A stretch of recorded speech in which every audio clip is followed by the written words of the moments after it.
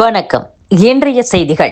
IAS அதிகாரிகளை இடமாற்றம் செய்து தமிழக அரசு உத்தரவிட்டுள்ளது. அதன்படி பிரபுசங்கர் சுரங்கத்துறை இயக்குநராகவும், ஜெயசீலன் சுற்றுலாத்துறை இயக்குனர், ஆகாஷ் சிவகங்கை மாவட்ட ஆட்சியர், நிஷாந்த் கிருஷ்ணா மதுரை மாவட்ட ஆட்சியர், பொன்மணி அறநிலையத்துறை கூடுதல் கமிஷனர், இன்னசென்ட் திவ்யா கோஆப்டெக்ஸ் மேலாண் இயக்குனர், கவிதா ராமு டுபிட்கோ மேலாண் இயக்குனர், மோகன் பெருநகர போக்குவரத்து கழக மேலாண் இயக்குனர், ஸ்ரேயா சிங் சென்னை மாநகராட்சி இணை கமிஷனர், ரமண சரஸ்வதி நகர்ப்புற வாழ்விட மேம்பாட்டு வாரிய மேலாண் இயக்குநராகவும் மாற்றப்பட்டுள்ளனர். சிவகங்கை மாவட்ட ஆட்சியராக பொறுப்பேற்ற நிஷாந்த் கிருஷ்ணா ஒரே நாளில் மதுரைக்கு மாற்றம் செய்து தமிழக அரசு உத்தரவிட்டுள்ளது. கடந்த வியாழக்கிழமை சிவகங்கை மாவட்ட ஆட்சியராக நிஷாந்த் கிருஷ்ணா பொறுப்பேற்றுக் கொண்டார். தற்போது ஒரே நாளில் மதுரைக்கு மாற்றம் செய்யப்பட்டுள்ளார். இதனால் மதுரை மாவட்ட ஆட்சியர் ஆகாஷ் சிவகங்கைக்கு மாற்றப்பட்டுள்ளார். லஞ்ச புகாரை விசாரிக்க சென்று லஞ்சம் கேட்ட இன்ஸ்பெக்டர் சஸ்பெண்ட் செய்யப்பட்டுள்ளார். அவருக்கு உடந்தையாக செயல்பட்ட டிஎஸ்பியும் பணியிட மாற்றம் செய்யப்பட்டுள்ளார். சென்னையைச் சேர்ந்த வருவாய்த்துறை அதிகாரி மீது லஞ்ச ஒழிப்புத்துறை போலீசாருக்கு புகார் சென்றது. அதன்படி இன்ஸ்பெக்டர் விமலா இது குறித்து விசாரணை நடத்தி லஞ்சமாக பணம் கொடுத்தால் நடவடிக்கை எடுக்க மாட்டேன் என்று அந்த அதிகாரியை அவர் மிரட்டியுள்ளார். இது குறித்து அந்த அதிகாரி போலீஸ் உயர் அதிகாரிகளிடம் புகார் கொடுத்தார். இது தொடர்பாக ஐஜி துரைக்குமார் தலைமையில் விசாரணை நடத்தப்பட்டது.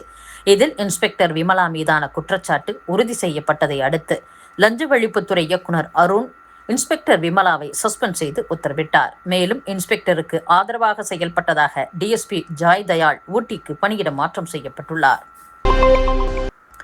திமுக விட்டுச் சென்ற கடனை காரணம் காட்டி தேர்தல் வாக்குறுதிகளில் முதலமைச்சர் விஜய் ஏதேனும் சமரசம் செய்ய முயன்றால் அதை பாஜக வேடிக்கை பார்த்து கொண்டிருக்காது என்று தமிழக பாஜக தலைவர் நயினார் நாகேந்திரன் தெரிவித்துள்ளார். சில தினங்களுக்கு முன் வெள்ளை அறிக்கை என்ற பெயரில் நிதியமைச்சர் மரிய வில்சன் வெறும் கடன் பத்திரத்தை மட்டுமே வாசித்த நிலையில் தாவிக்கு அளித்த தேர்தல் வாக்குறுதிகள் குறித்து சட்டசபை உரையில் முதலமைச்சர் விஜய் இதுவரை ஒரு வார்த்தை கூட பேசவில்லை. இது பல்வேறு சந்தேகங்களை எழுப்புகிறது. கடனை காரணம் காட்டி கொடுத்த வாக்குறுதிகளை கிடப்பில் போடுவதற்கு திட்டம் தீட்டுகிறார்களோ என்று எண்ண தோன்றுகிறது. தமிழகம் கடன் சுமையில் தவிக்கிறது என்றும் தெரிந்தும் திருமணத்திற்கு 1 சவரன் தங்கம், மகளிருக்கு மாதம் 2000 ரூபாய் என இத்தனை வாக்குறுதிகளை எதற்கு வாரி இறைத்தீர்கள்? மாற்றம் தருவோம் என மேடைக்கு மேடை எதற்கு முழங்கினீர்கள்? திமுக விட்டுச் சென்ற கடனை காரணம் காட்டி தேர்தல் வாக்குறுதிகளில் முதலமைச்சர் விஜய் ஏதேனும் சமரசம் செய்ய முயன்றால் அதை தமிழக பாஜக வேடிக்கை பார்த்து கொண்டிருக்காது என்று நயினார் நாகேந்திரன் தெரிவித்துள்ளார். காஞ்சிபுரம் பரந்தூர் விமான நிலையம் அமைக்க மத்திய அரசு அனைத்து அனுமதிகளும் அளித்த நிலையில் இத்திட்டத்தை கைவிட்டால் ஓசூர் மற்றும் ராமேஸ்வரத்தில் 2 விமான நிலையம் அமைக்க மத்திய அரசின் அனுமதி கிடைப்பது கேள்விக்குறியாகும் என்று தொழில்துறை அதிகாரிகள் கவலை தெரிவித்துள்ளனர். இதுகுறித்து தொழில்துறை அதிகாரி ஒருவர் கூறுகையில், அமைச்சர் நிர்மல்குமாரின் அறிவிப்பு பரந்தூர் திட்டம் முடங்க இருப்பதை உறுதி செய்கிறது. ஓசூரில் 2000 ஏக்கரிலும், ராமேஸ்வரம் அடுத்த மாணிக்கநேரியில் 750 ஏக்கரிலும் விமான நிலையங்கள் அமைக்கப்பட உள்ளன. ஏற்கனவே அனுமதி வழங்கப்பட்ட பரந்தூர் திட்டத்தையே செயல்படுத்தாத நிலையில் ஓசூர், ராமேஸ்வரம் விமான நிலையங்களின் திட்டங்களுக்கு மத்திய அரசு அனுமதி அளிப்பது கேள்விக்குறியாகும். இத்திட்டங்களுக்காக உழைத்த அதிகாரிகளின் உழைப்பு வீணாகும்.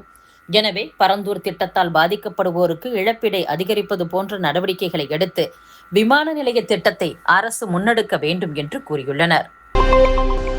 ரயில்களில் டிக்கெட் இல்லாமல் பயணித்தால் தற்போது வசூலிக்கப்படும் அபராதம் 250 ரூபாயில் இருந்து ஜூலை 1ஆம் தேதி முதல் அது 500 ரூபாயாக உயர்த்தி வசூலிக்கப்படும் என்று தெரிவிக்கப்பட்டுள்ளது. நாடு முழுவதும் 13,000 பயணியர் ரயில்களில் தினமும் 2.5 கோடிக்கும் அதிகமானோர் பயணம் செய்கின்றனர். ரயிலில் உரிய டிக்கெட் இல்லாமல் பயணிப்போர் மீது ரயில்வே சட்டம் 1989 படி 250 ரூபாய் அபராதம் விதிக்கப்படுகிறது. தற்போது இந்த தொகை உயர்த்தி ரயில்வே புதிய அறிவிப்பு வெளியிட்டுள்ளது. இது குறித்து ரயில்வே அதிகாரிகள் கூறுகையில், ரயிலில் உரிய டிக்கெட் இல்லாமல் பயணிப்போரிடம் டிக்கெட் தொகையுடன் 250 ரூபாய் அபராதம் வசூலிக்கப்பட்டு வருகிறது. அபராத தொகையை 500 ரூபாயாக ரயில்வே உயர்த்தியுள்ளது. இதை ஜூலை 1ஆம் தேதி முதல் அமல்படுத்த வேண்டும் என அனைத்து மண்டலங்களுக்கும் ரயில்வே உத்தரவிட்டுள்ளது என்று கூறியுள்ளனர். விஜய் மக்கள் இயக்கத்தில் இருந்து பணியாற்றி வரும் தமிழக வெற்றிக்கழக மாவட்ட செயலர்கள் தங்களுக்கு அமைச்சர் பதவி வழங்க வேண்டும் என கட்சி தலைமையை வலியுறுத்தி வருகின்றனர். இது அமைச்சர்களிடம் கலக்கத்தை ஏற்படுத்தியுள்ளது. தமிழக வெற்றிக்கழகத்தின் தலைமையில் தமிழகத்தில் கூட்டணி ஆட்சி நடைபெறுகிறது. முதலமைச்சர் விஜய் தலைமையிலான அமைச்சரவையில் தாவேக சார்பில் 30 அமைச்சர்கள் இடம்பெற்றுள்ளனர். கூட்டணி கட்சிகளான காங்கிரஸ் சார்பில் 2, விசிக மற்றும் இந்திய யூனியன் முஸ்லீம் லீக் சார்பில் தலா ஒருவர் அமைச்சர் பதவி வகிக்கின்றனர். இந்த சூழலில் விஜயுடன் ஆரம்ப காலத்தில் இருந்து அவரது மக்கள் இயக்கத்தில் பணியாற்றி தற்போது தாவேக மாவட்ட செயலர்களாக உள்ளவர்கள் அமைச்சர் பதவி கேட்டு கட்சி தலைமைக்கு நெருக்கடி கொடுத்து வருவதாக தகவல் வெளியாகியுள்ளது.